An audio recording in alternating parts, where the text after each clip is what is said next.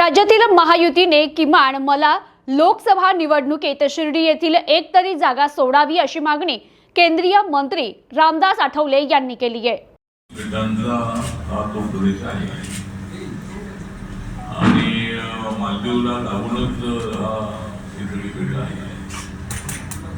त्या ठिकाणी फक्त त्याची पॉप्युलेशन ही 70,000 आणि लोकसभेचा मतदारसंघ आहे तो फक्त 50,000। त्या ठिकाणी 27 बेटा आहे, त्याच्यामधल्या 10 बेटावरती त्या ठिकाणी बाकीचे बेटे सुद्धा सुंदर आहेत, म्हणजे त्याच्या 2 बाजूनी समुद्र आहे। आणि त्या ठिकाणी माननीय प्रधानमंत्री 2 आणि 3 जानेवारीला तिथे जाऊन आले आणि सर्व देशभरामध्ये त्याची चर्चा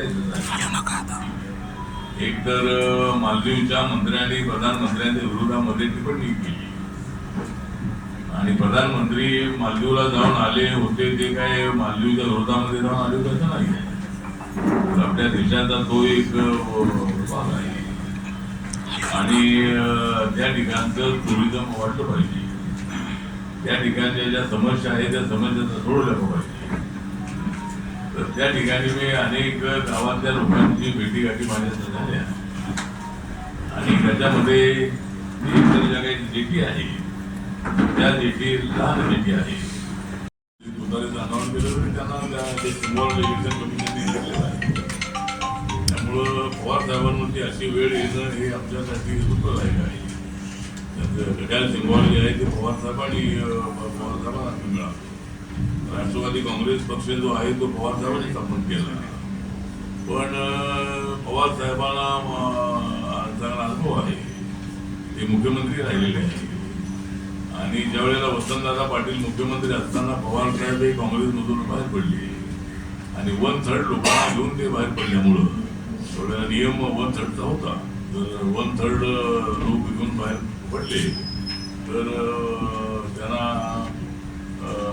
ती संधी मिळाली, पण त्यांचा पक्ष ऑल इंडियात असल्यामुळं त्यांचा पक्ष जसा त्या काळामध्ये काँग्रेस पक्ष जो आहे तो ऑल इंडियात असल्यामुळं शरद पवार यांना काही ते सिम्बॉल काँग्रेस पंजाब मिळालं नाही।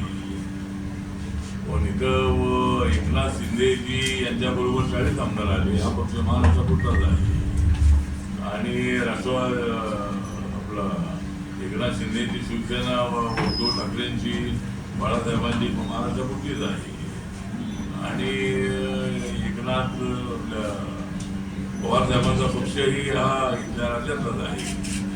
त्यामुळे 2/3 मेजॉरिटी या दोघांच्या सोबत आल्यामुळं त्यांना सिम्बॉल मिळालेला आहे। आता तुतारी पवार साहेबांना मिळालेली आहे, त्यांनी तुतारी वाजवून प्रचार करावा। आम्ही आमचं बीजेपीचं कमळ लावून आम्ही प्रचार करू, नंतर धनुष्य बाण लावून एकनाथ शिंदे लोक प्रचार करतील, असे दादाचे लोक हे घड्याळ सिम्बॉल लावून प्रचार करतील, त्यामुळे आम्हाला काही अडचण अजिबात नाही।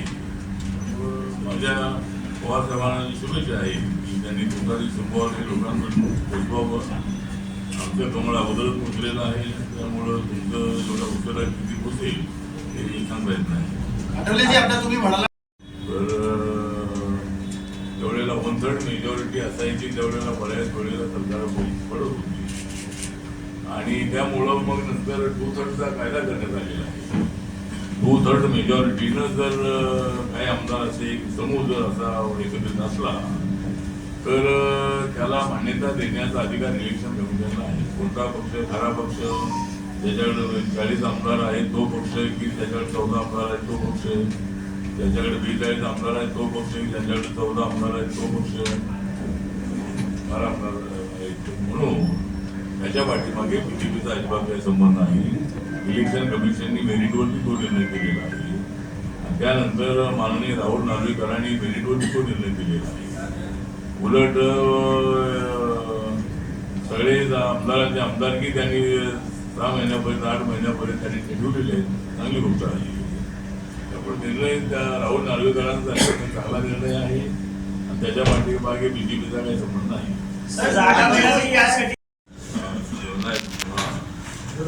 2012 मध्ये आणि BMC निवडणुकीमध्ये रिपब्लिकन पक्षाचा फायदा हा BJP शिवसेना झाला होता आणि मुंबईची महानगरपालिका आपण जिंकली होती. राज ठाकरेंचं मोठं आव्हान असतानाही त्यावेळेला दलित मतामुळं त्या ठिकाणी महानगरपालिकेमध्ये आपली सत्ता आलेली होती. त्यामुळे रिपब्लिकन पक्षाची पक्षाची ताकद आहे छोटी असली तरी उमेदवारांना निवडून आणण्यासाठी आमची ताकद आहे. त्यामुळे आमच्या पक्षाला एकदम असं अनादरित ठेवू नये. आमचा पक्ष आल्यामुळं युतीची माहिती झालेली आहे. आता युतीची माहिती झालेली नाही आहे. RBI सोबत आला 2012 मध्ये BMC निवडणुकीमध्ये, त्यावेळेला पूर्वी युती म्हणायचे. पण RBI सोबत आल्यानंतर बाळासाहेब ठाकरेंच्या आव्हानानंतर शिवशक्ती तुमची देखत आली पाहिजे या त्यांच्या भूमिकेला प्रतिसाद देण्याचा निर्णय मी घेतला आणि त्यानंतर युतीची माहिती झालेली आहे. त्यामुळे रिपब्लिकन पक्षाला विसरून जाणार नाही. रिपब्लिकन पक्ष हा त्यांचा अविभाज्य घटक आहे. मोदींच्या नेतृत्वाला बळकट करण्यासाठी आम्ही काम करतो आहोत. त्यामुळं RBIला एक तरी तिकीट देण्याचा निर्णय घ्यावा.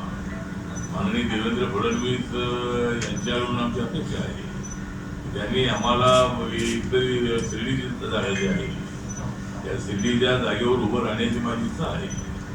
त्यामुळं एक जागा तरी RBIला सोडली पाहिजे अशा पद्धतीचा आमच्या पक्षाचा आग्रह आहे आणि त्याचा निर्णय एकनाथ शिंदेजी, देवेंद्र फडणवीस, अजितदादा पवार यांनी घ्यावा आणि दलित मतदार जो आहे दलित मतदार आपल्या बाजूला आणण्यासाठी आपल्याला RBIला तिकीट देणं आवश्यक आहे. आणि लोकांचं म्हणणं असं आहे की मी लोकसभेत आलं पाहिजे आणि मी लोकसभेतला माणूस आहे. त्यामुळं आणि शिर्डीमध्ये एकदा हारलो होतो, पण आता वातावरण अत्यंत चांगलं आहे आणि मला त्या ठिकाणी निवडून येण्याची चांगली संधी आहे. त्या भागाचा विकास करण्यासाठी मला प्रयत्न चांगल्या पद्धतीने करता येऊ शकेल, म्हणून मला शिर्डीमध्ये तिकीट दिलंच पाहिजे अशा पद्धतीचा आमच्या पक्षाचा आग्रह आहे.